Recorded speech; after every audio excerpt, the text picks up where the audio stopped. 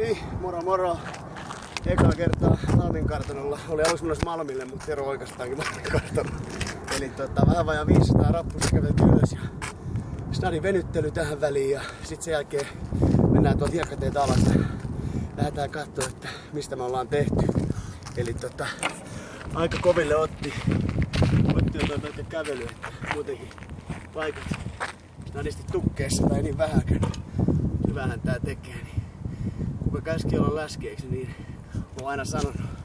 Eli tosiaan niin aluksi ajattelin, että edetään joku 3-4 kertaa helposti, mutta hyvin osattu, että saattaa mennä ihan osissa toi yksi etappikin ylös, mutta katsotaan, periksi annetaan.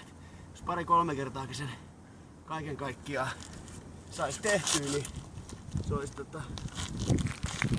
olisi ihan jees. Eli snadin venyttely tähän väliin ja sit lähdetään kiertokautta alas niin kuin sanoin ja tsekataan, että mistä lahtelaiset ja stadilaiset on tehty. Ja joku tunne.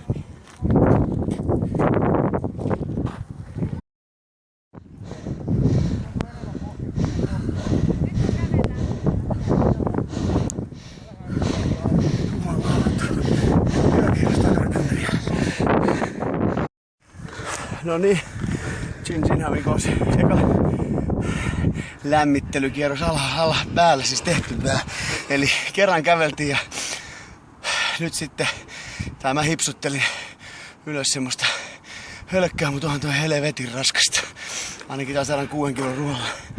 Mutta ei mitään muuta kuin snadin hengen tasaus alas hiekkatietä ja kokeillaan ottaa vähän kovempaa.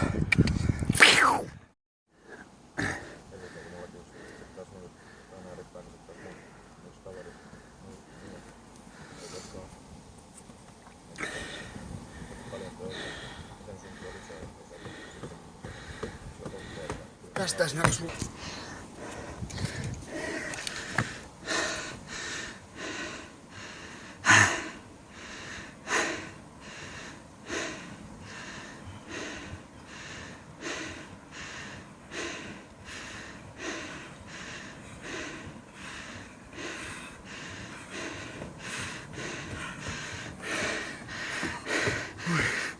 Vittu.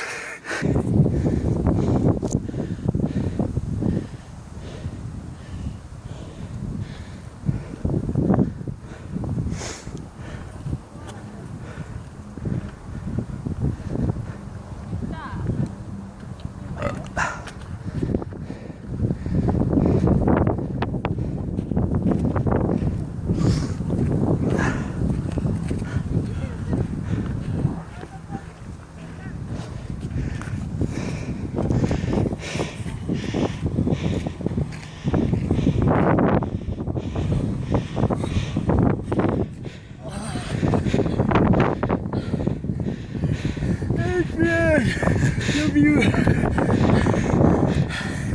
Kiitos.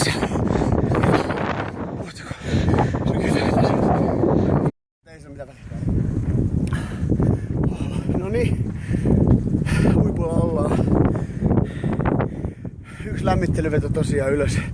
Eli kävely ja pikkusen kevyttä sipsuttelua porospuolelta. Sitten yksi koko matka, niin muutama snadin taula, niin joka toinen tai kolmas poros vähän loikkien ja sitten se ensimmäinen 2/3 samalla tässä kolmannessa kierroksessa sitten vähän sipsuttelua väliin, mutta tultiin hienosti. Täytyy sanoa, että tää on kyllä 10 hyvä juttu, meikä ottaa kyllä kerta viikkoa tän ja täytyy sanoa, että nyt pystyy jälkeen ihan mihin vaan. Ei mitään, se on pian leporuoka ja hiatsuu pelaa lenttistä ja vähän muuta kivaa. Viikonloppuja, se on moro.